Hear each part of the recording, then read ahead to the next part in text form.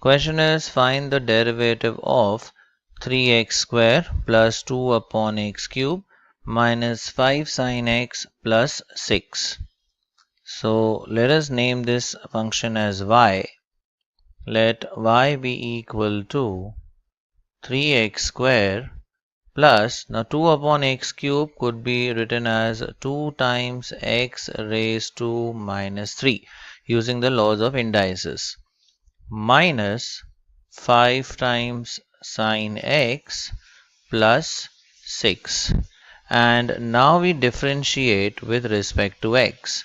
So differentiating with respect to x, we obtain dy by dx is equal to, now 3 is the coefficient, so 3 times derivative of x square is 2x plus 2 is the coefficient, so 2 times derivative of x raised to minus 3 is minus 3 into x raised to minus 4 minus, now 5 is the coefficient, so derivative of sine x is cos x plus derivative of 6, which is a constant, so its derivative is 0.